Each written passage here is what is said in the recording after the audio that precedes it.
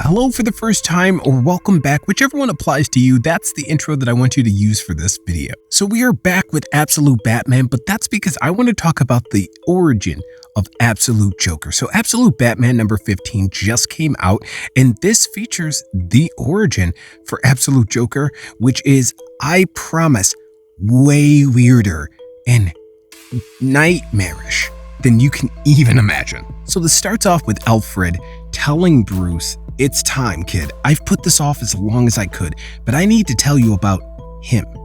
And Batman's like, "Okay, I'm ready. Who the hell is he?" But that's the thing. Alfred really doesn't know. He's been searching for this person for over 3 years, and he still can't parse out what's true, what's fantasy, what's myth, what's legend, what's real about this guy. And he starts off by saying, like, some of the stuff about him just doesn't add up. And Bruce is like what? What about him doesn't add up? And he's saying these things, like these islands that he has hundreds of these islands dotted all over the world. And there's seemingly nothing on them. Like nothing grows there. You're not able to get any resources or anything out of them. He just seems to own these weird islands that he goes there and hunts, I guess. But that's only a theory, that he's going to these islands to hunt. And finally, Batman says, "Tell me what you believe, Pennyworth. I don't care what the facts say. What do you actually think about this?" And this is where we pick up with a movie that Pennyworth is showing him. And he's saying it starts off with one of the first films ever recorded, maybe the actual first, in 1888. And it's showing a little boy who's juggling skulls, which is creepy, but he's dressed as a clown and he's juggling skulls. And Batman is asking, "Who am I looking at?" And he says, "His great-grandfather?" And he says, "The man in the top hat? No, the boy in the makeup, the clown, Joseph Grimm the First, Jack." The story is he grew up as an orphan on the streets of Gotham and made his living as a street performer. And he was really good. I mean, he made the people laugh and they really enjoyed him to a degree that they gave him money and he was able to make a living off of this. From there, he took his clown act to vaudeville, took his money and he invested in his own theater. Just kidding. JK. From there, he invested in silent movies. He was a part of the finest men's clubs in Gotham. He was friends with Andrew Mellon, John Rockefeller, Andrew Carnegie, but there was never any pictures of him. No photos, no nothing, no interviews, nothing. Then we move on to his kid, Jack Jr., who invested more in Hollywood, and after Jr. invested in Hollywood, then Jack III was the one to invest in cable network companies. He was also a major funder of public broadcasting. That brings us to Jack IV, who invested in video games. And that brings us to Jack Grimm V, the most successful yet, and the person that Alfred is looking for. And at this point, that's where Batman goes, "So where is it? Where's the smoking gun? What is so effing scary about this guy? It doesn't seem to be anything." But that's also kind of the point that Alfred is making here, that on paper, there's nothing scary about this guy. He's an eccentric billionaire that likes to go to his own private island to hunt wild game or whatever he's doing. And as we're talking about this, we're intercutting with seeing him, which I think is really interesting here. The Joker looks a lot like usual depictions of Bruce Wayne, which I think is very interesting.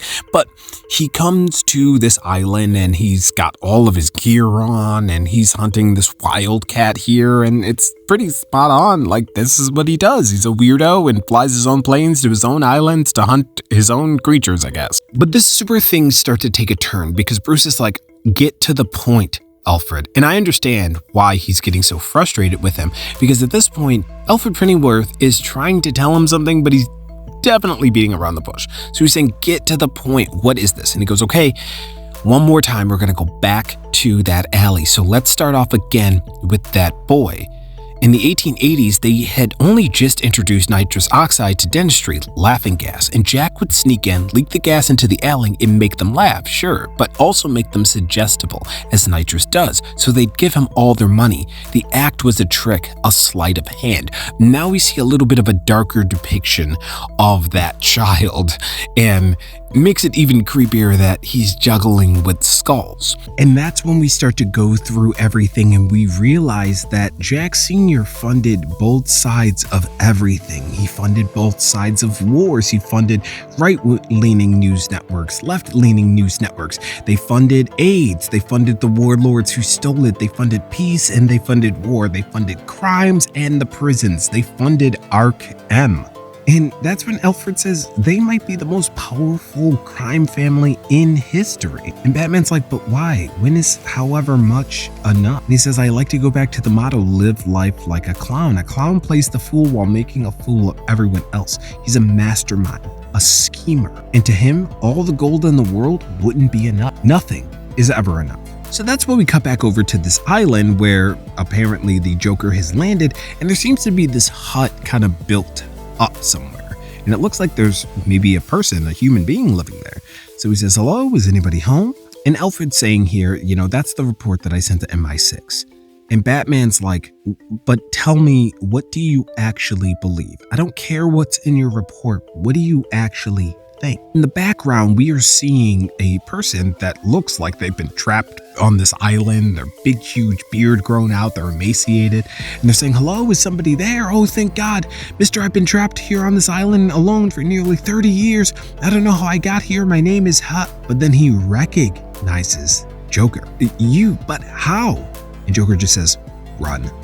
And it can't be. But he starts to run away. And Alfred the whole time is saying, okay, this might sound crazy, but we gotta go back to that alleyway one more time. Because once I started doing a little bit more digging, I realized that everybody in that film that we saw, they all died shortly after that film was shot.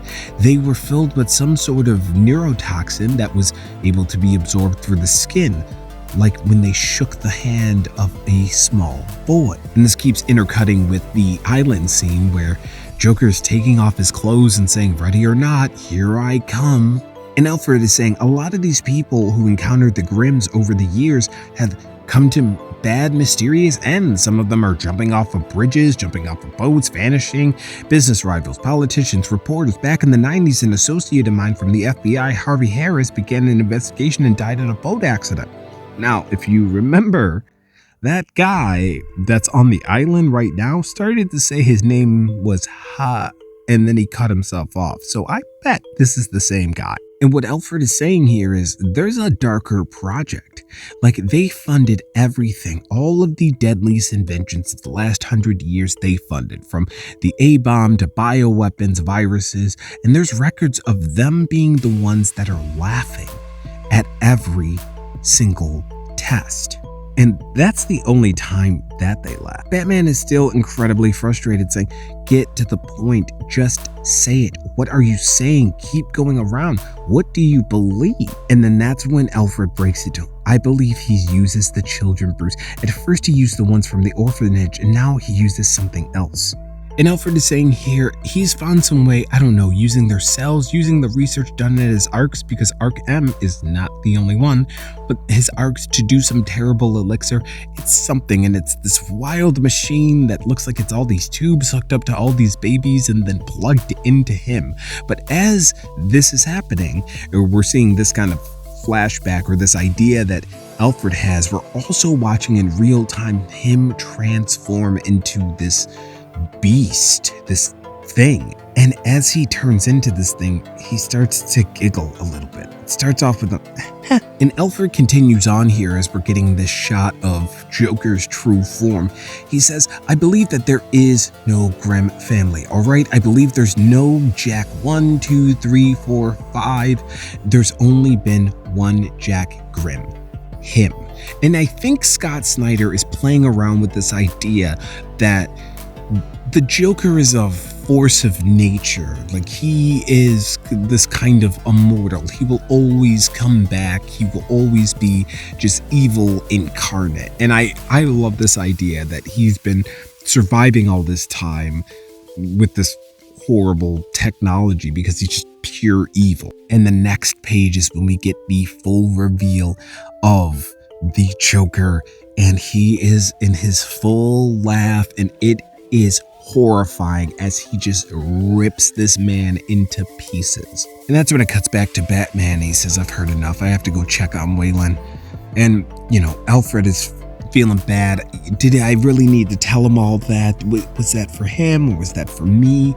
And then we cut over to an interesting scene here. We cut back over to the Joker, who is in Gotham, even though he was flagged at one of his islands 3,000 miles plus away.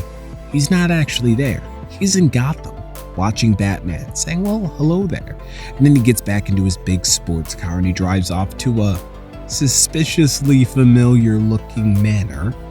And he's greeted by a butler who asks him if he's hungry. But remember, he just ate that guy on that island, so he's pretty stuffed. And he says, no, I have plans to make those. So if you need me, I'll be in my cave, because the Joker has his own bat cave. I can't imagine what is down in this horrifying what do you guys think the Joker's cave is? But anyway, go drink some water. I'll see you next time. Peace.